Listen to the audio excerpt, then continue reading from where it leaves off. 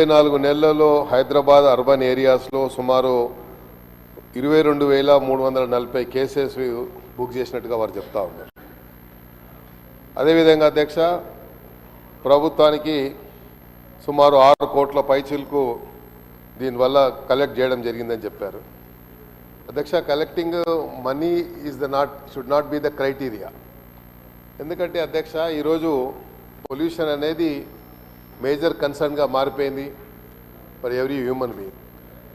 అలాంటప్పుడు ఏ వెహికల్స్ అయితే ఈరోజు ఫిట్నెస్ ప్రాపర్గా లేకుండా దానికి ఒక టైం లైన్ ఉంది. ఒక వెహికల్ 20 సంవత్సరాల తర్వాత దాని లైఫ్ కంప్లీట్ అయిన తర్వాత ఆ వెహికల్స్ని మళ్ళీ మనము బయటికి అంటే రోడ్ల మీదకి రాకుండా తీసుకోవాల్సినట్టు జాగ్రత్తలు చాలా ఉన్నాయి. అలా కాకుండా దాన్ని ఫిట్నెస్ పేరు మీద మనం మళ్ళీ ఫిట్నెస్ చేసిస్తే మళ్ళీ ఆ వెహికల్ నడుపుకోవడానికి ఇండైరెక్ట్గా మనం ప్రభుత్వ పరంగా పర్మిషన్ ఇచ్చినట్టుగా ఉంటుంది. కాబట్టి అలాంటి వెహికల్స్ ఏవైతే లైఫ్ టైం కంప్లీట్ అయినటువంటి వెహికల్స్ ఉంటాయో దాన్ని ఇమీడియట్గా అరకట్టి దాన్ని సీజ్ చేసి చేయాల్సినటువంటి గతంలో ఒక జీవో కూడా ఇక్కడ నుంచి ఇదే హౌస్ నుంచి పోయడం జరిగింది అధ్యక్ష. కానీ మళ్ళీ మనం చూస్తూ ఉన్నాం నంబర్ ఆఫ్ స్కూల్ బస్సెస్ వాళ్ళు మనం ఈ మధ్యకాలం ట్రాఫిక్ పోలీస్ పట్టుకుంటే మార్నింగ్లోనే పొద్దున్నే డ్రింక్ చేసి రోడ్ల పైన చిన్న చిన్న పిల్లల్ని స్కూల్ తీసుకుపోయే పిల్లల్ని కూడా మరి వాళ్ళు డ్రంకన్ పొజిషన్లో డ్రైవ్ చేస్తూ ఉన్నారు. అలాంటి వెహికల్స్ కానీ అదేవిధంగా మెట్రో వాటర్ వర్క్స్లో కూడా చాలా వెహికల్స్ ఈరోజు కూడా ఏవైతే ట్యాంకర్స్ ద్వారా ఉంటాయో ఆ వెహికల్స్ అధ్యక్ష అది ఫిట్నెస్ అయిపోయి దాంట్లో డీజిల్ బయటికి అంటే దాని పొగ బయటికి రావడం కానీ ఆ వెహికల్ కంట్రోల్ ఉండదు అధ్యక్ష. లోడ్ ఒకసారి దాంట్లో 10,000 లీటర్లో 20,000 లీటర్లో ట్యాంకర్ బయటికి వెళ్తే అది సడన్గా ఎక్కడైనా బ్రేక్ చేస్తే అది కంట్రోల్ ఉండదు. ఎందుకంటే ఫిట్నెస్ లేకనో బ్రేక్ ఫెయిల్ అయ్యో లేకో ఏదో ఉండి అలా చాలా ప్రమాదాలు జరిగినాయి. ఈ మధ్యకాలంలో మనం చూసాం చాలా number of accidents were taken place.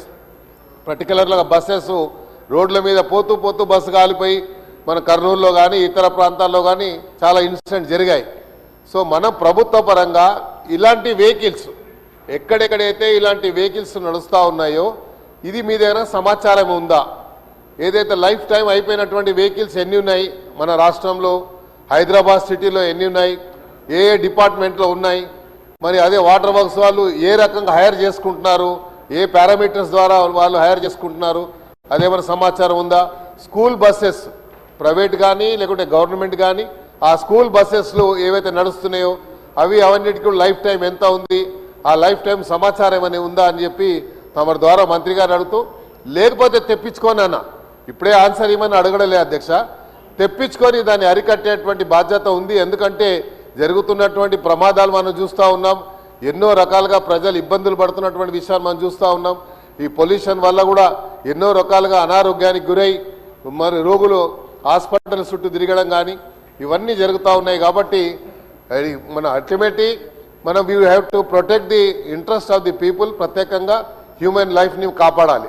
కాబట్టి అది మన బాధ్యత, ప్రభుత్వం ఉంది. కాబట్టి ఇవన్నీ సమాచారం తెప్పించుకొని మనము ఎంత డబ్బు కలెక్ట్ చేసాము, ఫిట్నెస్ ఎంతమందికి మళ్ళీ రెక్టిఫై చేసి ఇచ్చామనేది క్రైటీరియా కాకూడదు అధ్యక్ష.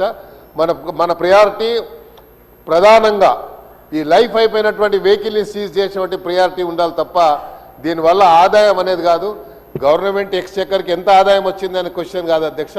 ఇది మనం అడికట్టాలని దీనికి సమాచారం తెప్పించుకొని మంత్రి గారు మీరు ప్రత్యేకంగా డిపార్ట్మెంట్ అందరితో ఒక రివ్యూ పెట్టుకొని తెప్పించుకొని వారి మీద చర్య తీసుకోవాలని తమ ద్వారా మంత్రి గారు కోరుతారు. Thank you. గౌరవ మంత్రి గారు. అధ్యక్ష, గౌరవ సభ్యులు మదన్ మోహన్ గారు అదేవిధంగా దానం నాగేందర్ గారు అడిగినటువంటి అంశాలకు సంబంధించి తప్పకుండా ఇప్పటికే ఈ ఫిట్నెస్కు సంబంధించి పొల్యూషన్ కంట్రోల్ చేయాలనేటువంటి ఆలోచనతోటి రాష్ట్రంలో దాదాపు 1,80,00,000 వాహనాలు ఉన్నాయి అధ్యక్ష. 1,80,00,000 వాహనాలకు సంబంధించి మరి నిరంతరంగా రాష్ట్ర వ్యాప్తంగా దాదాపు 550 పొల్యూషన్ టెస్టింగ్ స్టేషన్లు ఉన్నాయి. ఇది కాక ఇప్పటికే ఒక 15 ఆటోమేటిక్ టెస్టింగ్ స్టేషన్స్, అంటే మాన్యువల్ ఇంటర్వెన్షన్ లేకుండా కంపల్సరీ వాహనాలన్నీ ఫిట్నెస్ ఉండి అందులో పొల్యూషన్ రహితంగా ఉండాలనేటువంటి టాప్ ప్రయారిటీ తీసుకొని మరి డిపార్ట్మెంటు వారు చెప్పినటువంటి లేటెస్ట్ టెక్నాలజీ తోటి ఆటోమేటిక్ టెస్టింగ్ స్టేషన్స్ ఏర్పాటు చేస్తున్నాం అధ్యక్ష. అదేవిధంగా పొల్యూషన్కు సంబంధించి పొల్యూషన్ రహితంగా ఉండడానికి మీరు గతంలో ఆర్టీసీకి చూస్తే కూడా మనం బస్సు వెనుక పోవాలంటే బట్టలు నలగయ్యేటువంటి పరిస్థితి ఉండే. ఇలా ఆర్టీసీ ఒక విధానపరమైన నిర్ణయం తీసుకొని 15 సంవత్సరాల పైబడ్డటువంటి వాహనాలన్నీ కూడా స్క్రాపింగ్ చేస్తూ ఉన్నారు అధ్యక్ష. అదేవిధంగా ప్రభుత్వ వాహనాలకు సంబంధించిన motor vehicle act, government of India federal సిస్టంలో రాష్ట్రాలకు ఇచ్చినటువంటి హక్కు ద్వారా ఈ యొక్క స్క్రాప్ను 15 సంవత్సరాలు పైబడ్డ ప్రభుత్వ వాహనాలను కూడా ఖచ్చితంగా వాటిని స్క్రాప్ చేస్తున్నాం అధ్యక్ష. అయితే బయట ప్యాసింజర్కి సంబంధించిన వాహనాలకు సంబంధించి గ్రీన్ ట్యాక్స్ పేరు మీద ఎగ్జంప్షన్ చేసి ఆ వాహనాలను నడుపుకోవడానికి ఒక జీవోలో వెసులుబాటు ఇచ్చినారు. దాన్ని కూడా మేము అనేక సందర్భాల్లో మరి కేంద్ర మంత్రి గడ్కరీ గారు కలిసినప్పుడు ఈ వెసులుబాటు వల్ల కఠినంగా మేము నిర్ణయించలేకపోతా ఉన్నాం.